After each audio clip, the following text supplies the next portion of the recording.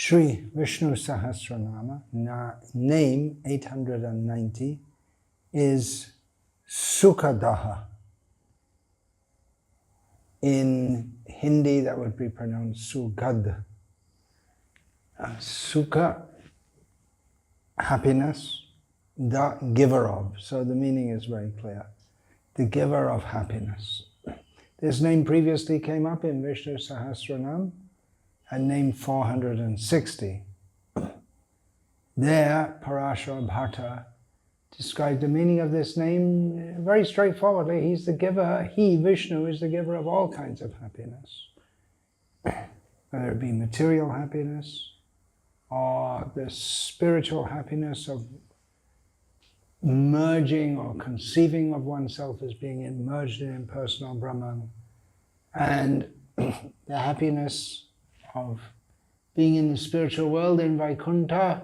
And of course Parashara Bhatta doesn't say this, but on and on and on and on. There are various levels of happiness which are described in Taittiriya Upanishad, Anandavali, and we learn from the teachings of Chaitanya Mahaprabhu that the highest happiness is the happiness of Radha in her love for Krishna. So Krishna is the giver of happiness, but in this instance of the name as it appears in Vishnu Sahasranama, here Parashara Bhatta is describing in terms of the ascent of the jiva to the spiritual world, and he states in this regard, Parashara Bhatta states, Amanava mukhena sprishtva savasanam samsaram utsayam svapti sukham dadati iti Sukha-da. Now the jiva, we've been through the various stages that he goes through on the path back to Godhead. Now he's come to the final step. And Bhagavan, Vishnu, removes the last traces of contact that the jiva has with this world, along with the latent impressions. We all have unlimited impressions, called samskara, the technical term. We have unlimited impressions, mostly very deep within our heart, from unlimited lives. Everything we do, say, touch, taste, smell, feel, think, all thoughts, whether conscious or subliminal, from unlimited lifetimes, and how we respond to sensory input. Oh, it's unimaginable, even in one lifetime, how much sensory impression we have. And sanskar means not only sensory impression, but how we process that, how we react to that within our minds. So that is just a huge stockpile, but Bhagavan removes that before we go back to Godhead, so that there's no more obstacle to going back to Godhead. And then this, by doing so, he just opens up the path by which the jiva can be eligible for supreme bliss in being established in his constitutional position as an eternal servant of Krishna. Now the amadava purusha, the non-man living being, is described in Chandogya Upanishad. And the commentators refer to the Amanava Purusha like that. It could be postulated to refer to the various demigods who are being described, or it could be a resident of the supreme abode, it could be the Supreme Lord himself. So in this way, the jiva is brought up to the spiritual world. In this regard, Parashara Bhatta quotes from Chandogya Upanishad, Tat Purusha Amanava Sa Enan Brahma Gamayati Esha Devayana Panta iti. And then it's just summarizing. Okay, now that means we've come to the end of this description of the path back to Godhead by iti. Esha Devayana Panta iti.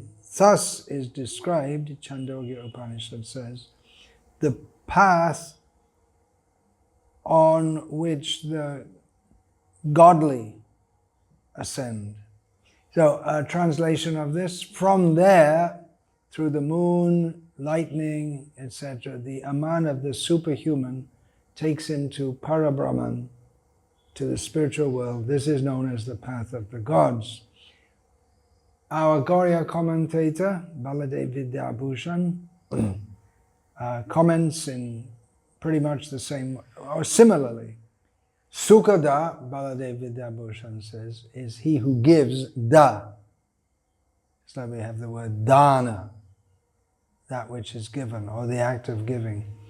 He who gives happiness, sukh, in the form of the attainment of a body, spiritual body, as a personal companion to the Supreme Lord in the spiritual world. He gives such a body to such a devotee whose subtle body has been dissolved. Again, all the sanskaras. The subtle body consists of various impressions, plus false ego, plus desire. So the devotee whose subtle body has been dissolved by the grace of Vishnu and has been thus brought by that transcendental personality. Baladev Vidyabhushan gives an alternative meaning that he, Vishnu, not waiting for the devotee to go through all these different stages, himself brings a devotee who is very much afflicted and calling out to Krishna. And he's seen as being desireless for anything in this world. He's nirapeksha. To such a devotee, Baladev Vidyabhushan says, Krishna himself personally comes and bestows on that afflicted devotee who's feeling, I just want to go to Krishna. He's feeling suffering in that way. Bhagavan gives to such a devotee the happiness of getting a body by which the spiritual body by which that devotee can serve the Lord eternally. This division, or these terms Baladev Vidyabhushan uses, Sanishta, Payanishthita, in his writings, Baladev Vidyabhushan describes the Sanishta and Payanishthita as those who worship Lord Vishnu, performing their varnashram duties, the Sanishta with a desire for self-purification, and the Parinishthita, he's not materially attached, but he does so. He follows varnashram duties to set an example for others. And in his writings, for instance in his Gita commentary, Baladev Vidyabhushan refers to another category, the nirapeksha devotees, who they don't perform varnashram duties at all, but worship the Supreme Lord only for the sake of pleasing Him. So for such devotees, Baladev Vidyabhushan says he is Sukha-da. He gives them what they desire. They desire to simply serve Him, and He gives them the opportunity without having to go through this gradual process of ascent through the path beginning with light, the archira, the marga. Baladev Vidyabhushan in this regard quotes from the Varaha Purana, a verse that Srila Prabhupada quotes in his Gita commentary, which I mentioned just 2 talks before in this series, I believe. Nayami param sthanam achir adi gating vina garuda skandham aropya yateshtam anivaritaha. By my own will, yateshtam, I want to do, I will do, without being obstructed by anyone or anything. I am the Supreme Lord. I bring them onto the back of Garuda and take them to the supreme abode without having to go through all this process step by step by step. In other words, Krishna is saying that, yes, I have given this path step by step, but if I so desire, I'm the Supreme Lord, I can just take my very dear and devoted devotees back to my abode without having to go through all those steps. So Krishna gives a body, a spiritual body, as an associate of the Lord, fully spiritual like his own body.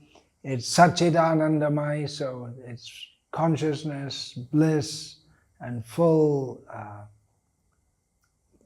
and eternity. Therefore, bliss, that's the defining or most important factor there, actual bliss. So in that way, he's Sukha-da, the giver of bliss. Baladev quotes from Brihad Aranyaka Upanishad, Yatra tvasya sarvam atmaiva bhut, saying that everything becomes spiritual for the liberated soul. And Baladev Vidyabhushan in this regard quotes from Srimad Bhagavatam, 3rd canto, chapter 15, text 14. Vasanti yatra purusha sarve vaikunta murtayaha. Everyone in the spiritual world of Vaikuntha, everyone who resides there, has a form that is Vaikuntha, without any anxiety, spiritual form. It just has a form just like the Supreme Lord.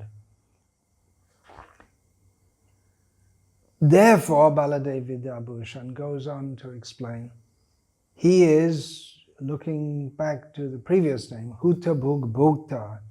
He protects the devotee coming into his abode with the assistance of the enjoyer's book of oblations that turn into nectar.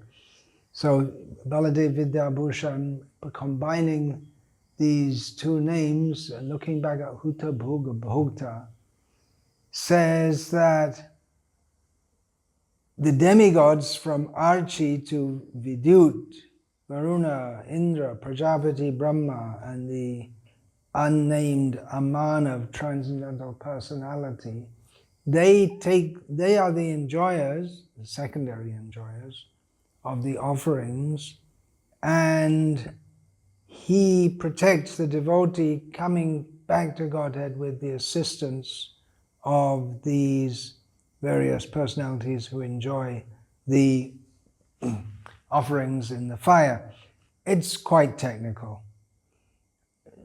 Baladev Vidyabhushan explains that Lord Hari is the origin of everything, and the demigods are dependent on him, so it's not inconsistent to say that he is the cause in each of the steps, because he's the ultimate cause of everything, as he states, Tesham aham samudharta mrityu sangsara sagarat bhavamina chirat parta maya vaishata chetasam.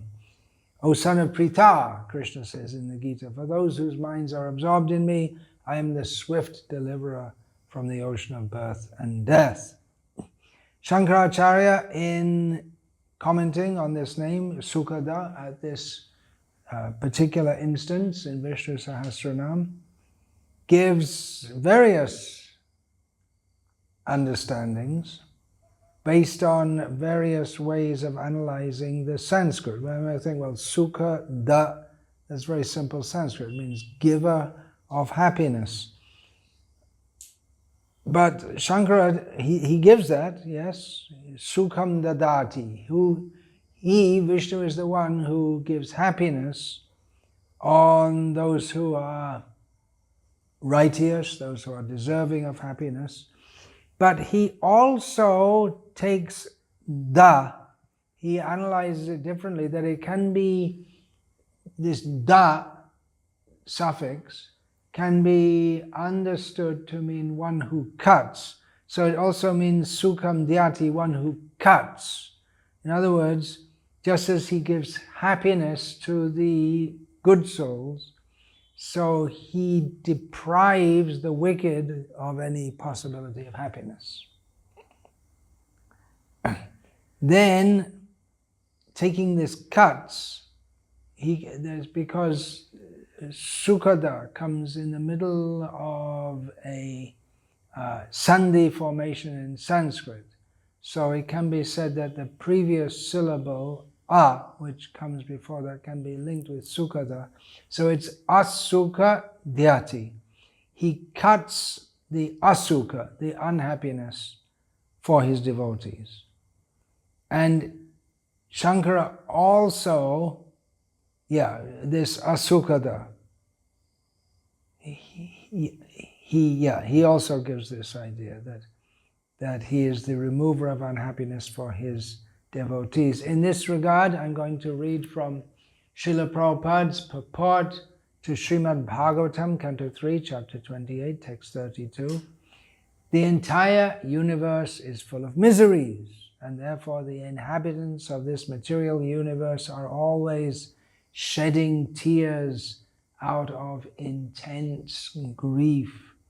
There is a great ocean of water made from such tears, but for one who surrenders unto the Supreme Personality of Godhead, the ocean of tears is at once dried up. One need only see the charming smile of the Supreme Lord. In other words, the bereavement of material existence immediately subsides when one sees the charming smile of the Lord. I remember first reading this many years ago. I said, this is worth propagating. This is something very wonderful. So that fits with the asukha-da, he who takes away the unhappiness of his devotees. I'm also going to read from a transcript of Srila Prabhupada's talk on Srimad Bhagavatam, Canto 1, Chapter 8, Text 44, which he gave on October the 24th, 1974 in Mayapur. Srila Prabhupada said, when a mother laughs and smiles, the child feels very pleasure, very much. The child on the lap of the mother is seeing the face of the child, and the child is seeing the face of the mother.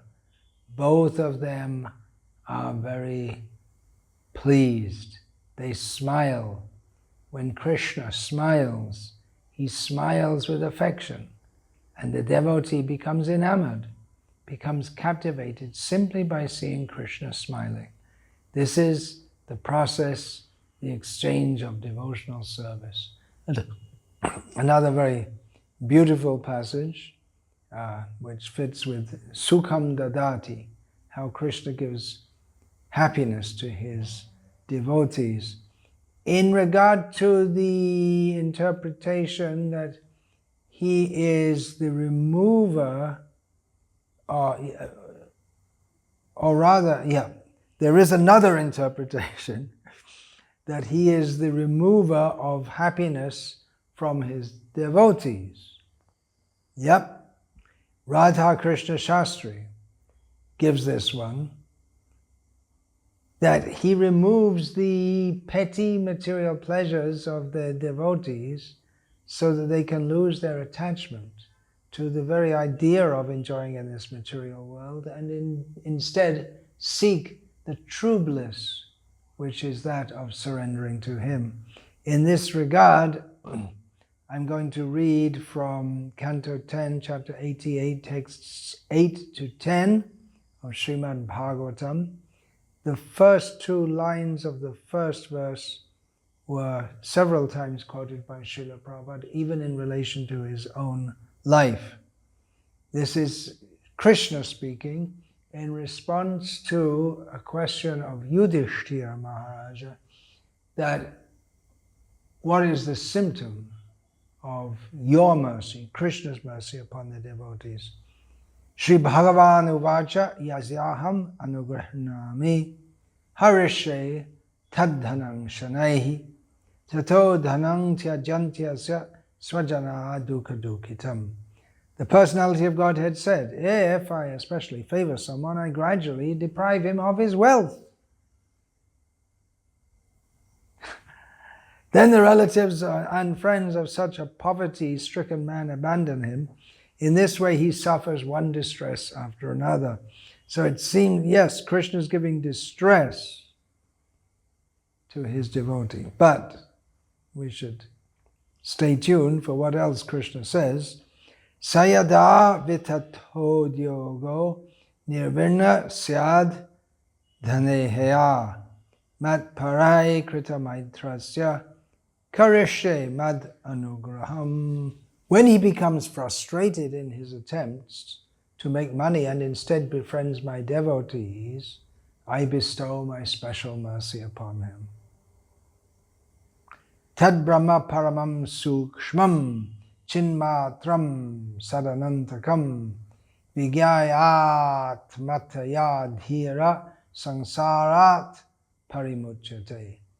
A person who has thus become sober fully realizes the Absolute as the highest truth, the most subtle and perfect manifestation of Spirit, the transcendental existence without end. In this way, realizing that the Supreme Truth is the foundation of his own existence, he is freed from the cycle of material life.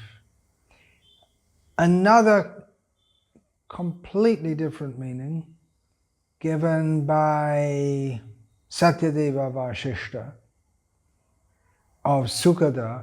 Well, he giving the da part he gives, but he derives the meaning of the word sukham to mean udakam, water, that which is dug out. So Satyadeva Vasishta interprets the name as referring to Bhagavan being the giver of water in the form of wells and rivers and ponds for the survival of all beings in this world.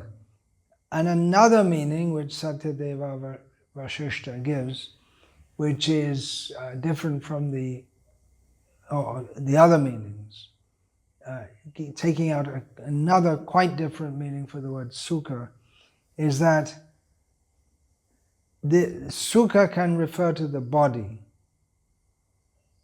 And since Bhagavan has given to the body to the conditioned living beings in this world, he can be called Sukha-da. He has mixed flesh and bones with fluids, put skin on it, and made something which can look beautiful and is mistakenly, no doubt, taken to be a source of happiness. Therefore he's called Sukha-da. Want to be happy? Go to Krishna. He can give you happiness. He may not give it in the way that we think will give us happiness. He may shatter our illusions of what it means to be happy, but ultimately he will give us happiness at a level which we simply cannot imagine. There are many instances. Dhruva Maharaj imagined a kind of happiness which is greater than that even of Lord Brahma. It was very arrogant, you could say, or presumptuous of him to want a kingdom greater than that of Lord Brahma. But eventually, by the mercy of Krishna, he was able to understand that even a happiness greater than that of the greatest, most pious living being in this world, nothing material can even slightly compare to the happiness of Krishna consciousness. In our struggling state, as we try to become Krishna conscious, we hear about such descriptions of spiritual bliss.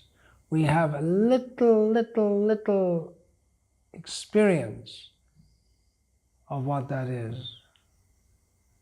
And we go on with the faith, not unfounded faith, that by staying on this path, the time will come when we'll actually become eligible for the highest bliss. When we stop thinking how I will be happy and only think how Krishna will be happy, then we achieve the highest happiness. Vancha kalpatarubhyascha kripa sindhubhya evacha patitanam pavanebhyo vaishnavebhyo namo namaha dante nitaya charnakam padeyo nipatya kritvacha kakushatam etad aham ravimi hey sadhava sakala eva vihaya durad gauranga chandra charane gurutanuraga parivaditu jano yatatata nanumukaro navayang vichayamaha hari rasa madhira madati matta bhuvi vilutama nartama nirvishama baha pirang natavarava pu karnayo karnikaram bibradvasa kanaka kapisham vaijayantim chamalam randhran venor adhara sudaya purayan gopa vrindayar Vrindaranyam Swapadaramanam Pravishad Gita Kirtihi Shri Radhaya Pranaya Mahima Kidrisho Vanayai Vasvadyo Yenadbhuta Madhurima Kidrisho Vamadiyaha Sokyang Cha Samad Anubhavata Kidrisham Veti Lobhat Tadbhavardya Samajani Shakchi Garva Sindho Harinduhu Hare Krishna, Krishna Krishna, Hare Hare, Hare Rama, Rama Rama.